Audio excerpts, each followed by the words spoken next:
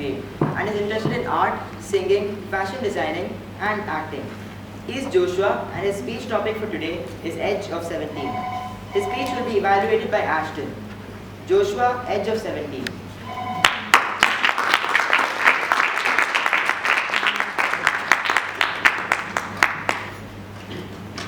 Teenage years.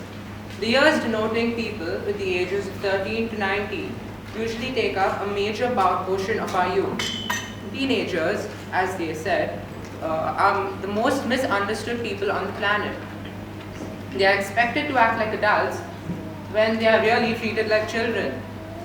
Whenever people think about teenagers' lives, they think it's extremely easy, as easy as drinking water. But in reality, it isn't. Advanced Toastmasters, my fellow participants, and parents of these budding children, good evening. Good evening. Teenagers' lives, whenever it comes to your mind, you think it's easy. But really, it's not. It's not as easy as a piece of cake. It's just not. What most people think is that teenagers tell themselves that you're young just once in your life, make the most of it.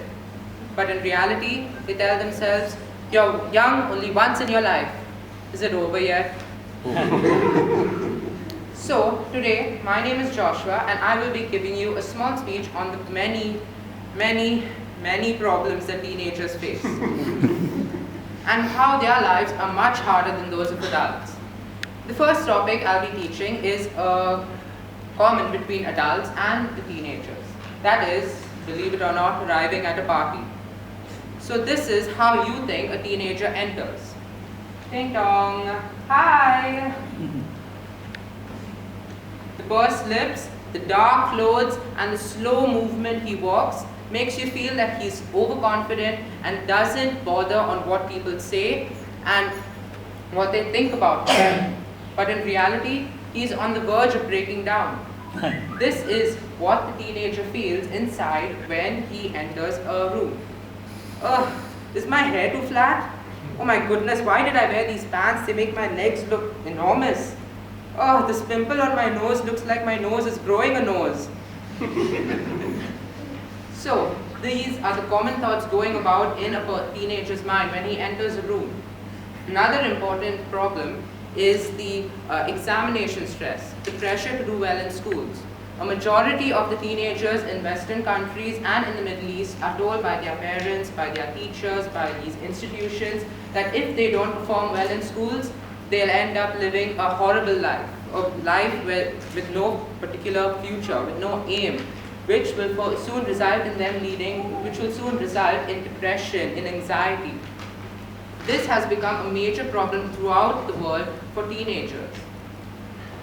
Another important point I would like to bring to the notice is the time given to teenagers for just letting go and becoming free.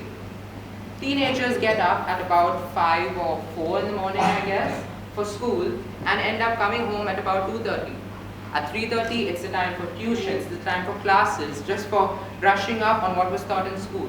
And when they return home at about 8, they are back with their books, with the homework, showing that there's absolutely no time for them in pursuing their activities, their interests and their hobbies, even though they are encouraged by the teachers to support themselves in these fields. Now, it has become a common notice that those teenagers with no time at all have been a severe victim of grinding diseases and stresses, such as grinding their teeth as well as IBS, which is a very serious disease, and I'm sure grinding their teeth is being really done on that table over there.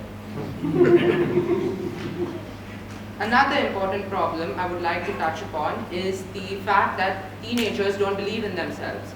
They begin doubting themselves when they see celebrities, when they see their other friends, and they become anorexic just to show them that they are thin, that they are not of a particular color which is discriminated on. They are always a victim of cyberbullying, and cyberbullying is another important portion, as cyberbullying not only gives the bullies another option of showcasing their talents, but also provides them another mean of hitting their victim by gaining external information and not giving out their identity. And the teenage years usually result in exposing them in self-discovery, which is usually by exposing individuality. But the teenage years, largely due to the fact that they think about what other people will think about them rather than what they feel about themselves, results in this coming in the way. So parents, next time a teenager comes home all exhausted, is not in the mood of listening to long lectures, and believe me, I've listened to some long lectures in the past. Just think about what these teenagers are going through. But don't ask them, because another thing about teenagers is that they hate opening up to adults. Thank you.